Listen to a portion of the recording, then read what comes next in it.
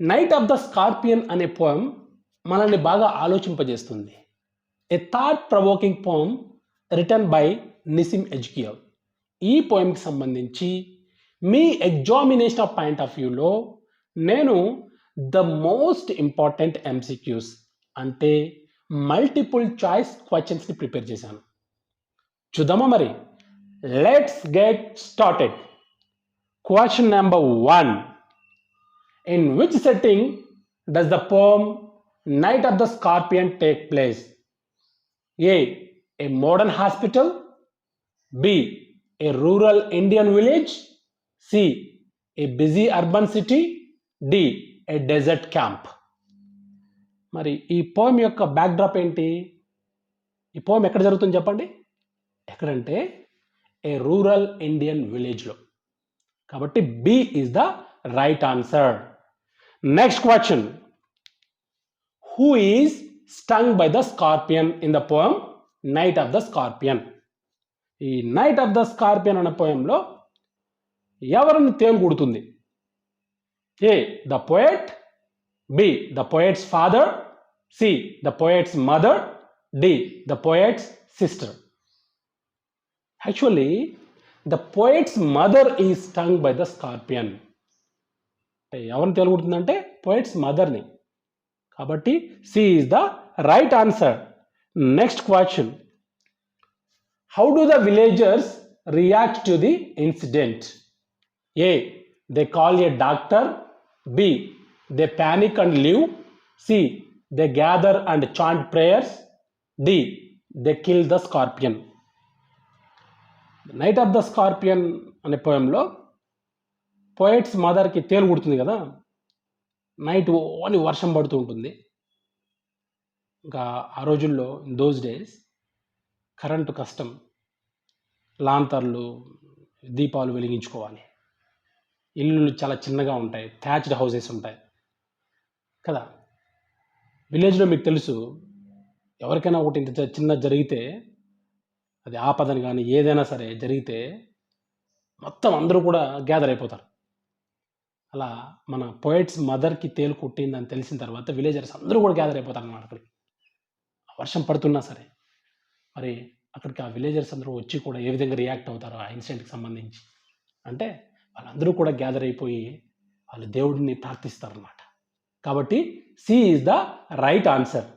They gather and chant prayers. Next question. What do the villagers believe about the mother's suffering? A. It's a test of faith. B. Her sins are being burned away. C. It's punishment for evil deeds. D. It will make her stronger. ఈ villagers ఏమని నమ్ముతారంటే mother suffer అవుతుంటుంది పాపం తేలు కుట్టిన తర్వాత. వాళ్ళందరూ కూడా ఒకటే అనుకుంటారు, ఆమె తెలుసు తెలియక ఏమన్నా పాపాలు చేసింటే ఈ తేలు కుట్టింది కదా, దీని ద్వారా ఆ విషం ద్వారా తన యొక్క ఆ పాపాలన్నీ కూడా బర్న్ అయిపోతాయి అని నమ్ముతారనమాట వాళ్ళు. కాబట్టి B is the right answer. Her sins are being burned away. Next question. What does the poet's father rely on to cure his wife? A. Rational methods and powders. B. Sacred rituals. C. Holy water. D. Silent prayer. Poet's father ఒక rationalist అనమాట. ఆయన ఒక హేతువాది. కాబట్టి ఆయన rational methods and పౌడర్స్ని ఉపయోగించి తన వైఫ్కి ఏదో విధంగా క్యూర్ చేయాలని ప్రయత్నం చేస్తాడు ఆయన. కాబట్టి A is the right answer. Rational methods and powders. Next question. What is the scorpion symbolic of in the poem? What is the scorpion symbolic of in the poem? అంటే ఈ పోయంలో స్కార్పియన్ని ఏ విధంగా ఉపయోగించారు, దేన్ని సింబలైజ్ చేస్తుంది? A. Death and darkness. B. Natural evil and suffering. C. Rebirth and purity. D. Revenge and betrayal. The right answer is B.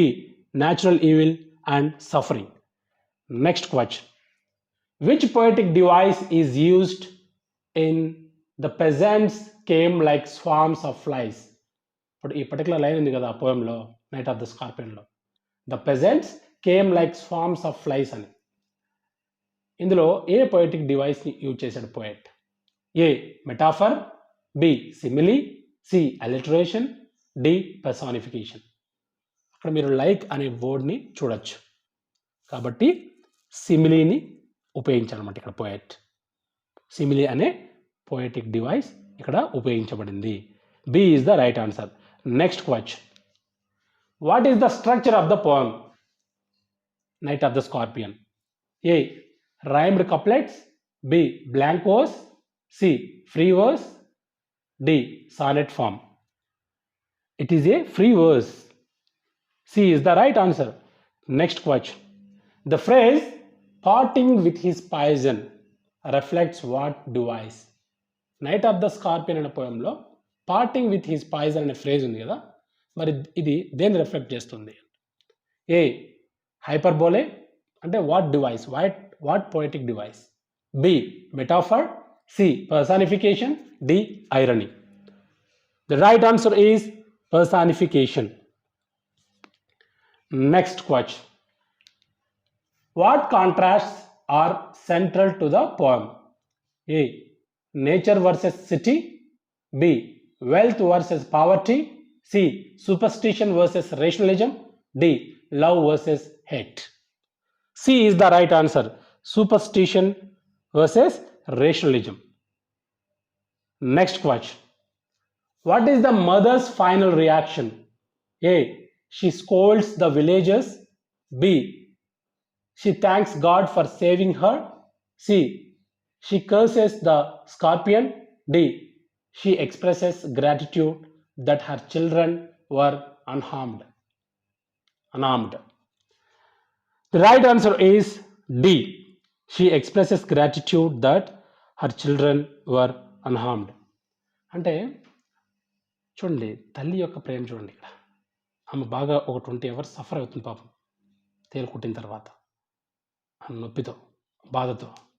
కానీ తనకి cure అయిపోయిన తర్వాత కూడా తను ఒకటే కోరుకుంటుంది దేవునితో, ఏమంటే భగవంతుడా థ్యాంక్ యూ సో మచ్, నా పిల్లల్ని వదిలేసావు, నన్ను పిక్ చేసుకున్నావు, నువ్వు వాళ్ళకి ఏ హాని జరగలేదు, థ్యాంక్ యూ సో మచ్ అని.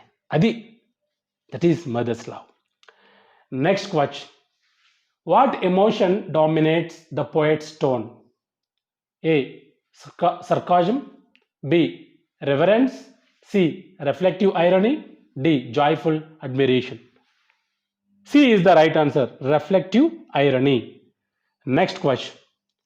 What does the poem reveal about rural Indian culture? A. Its focus on technology, B. Its deep-rooted superstitions, C. Its obsession with fame, D. Its love of nature. The right answer is B. Its deep-rooted superstitions. Next question. How long did the mother suffer after the sting? A. 5 hours, B. 10 hours, C. 20 hours, D. 1 day. ఈ పోయంలో poets mother 20 hours suffer అవుతుంది పాపం, తగిలి కుట్టిన తర్వాత 20 hours suffer అవుతుంది, కాబట్టి C is the right answer. Next question. Bulge the name of God suggests what? A. Irritation, B. Chaos, C. Frenzied prayer, D. Peaceful meditation. The right answer is frenzied prayer. Next question. Why is the poet's father called a skeptic rationalist? A. He mocks the villagers, B. He doesn't believe in God, C. He uses science-based methods, not prayers, D. He never speaks. The right answer is C. He uses science-based methods, not prayers or any other superstitions. Next question. What does the poem highlight about motherhood? A. Mother's superstition, B. Mother's authority, C. selfless love of a mother, D. mother's weakness. The right answer is C. selfless love of a mother. Next question. What genre best describes the poem? A. romantic ballad, B. dramatic monologue, C. narrative free verse, D. satirical poem. ఈ poem ఇది ఒక narrative free verse అన్నమాట. C is the right answer. Next question. Which of the following best describes the tone of the poem? A. violent and bitter, B. humorous and casual, C. calm and spiritual, D. realistic and reflective. D is the right answer. Realistic and reflective. Next question. What is the ultimate message of the poem? A. superstition is powerful, B. nature must be feared, C. maternal love is supreme, D. science always wins.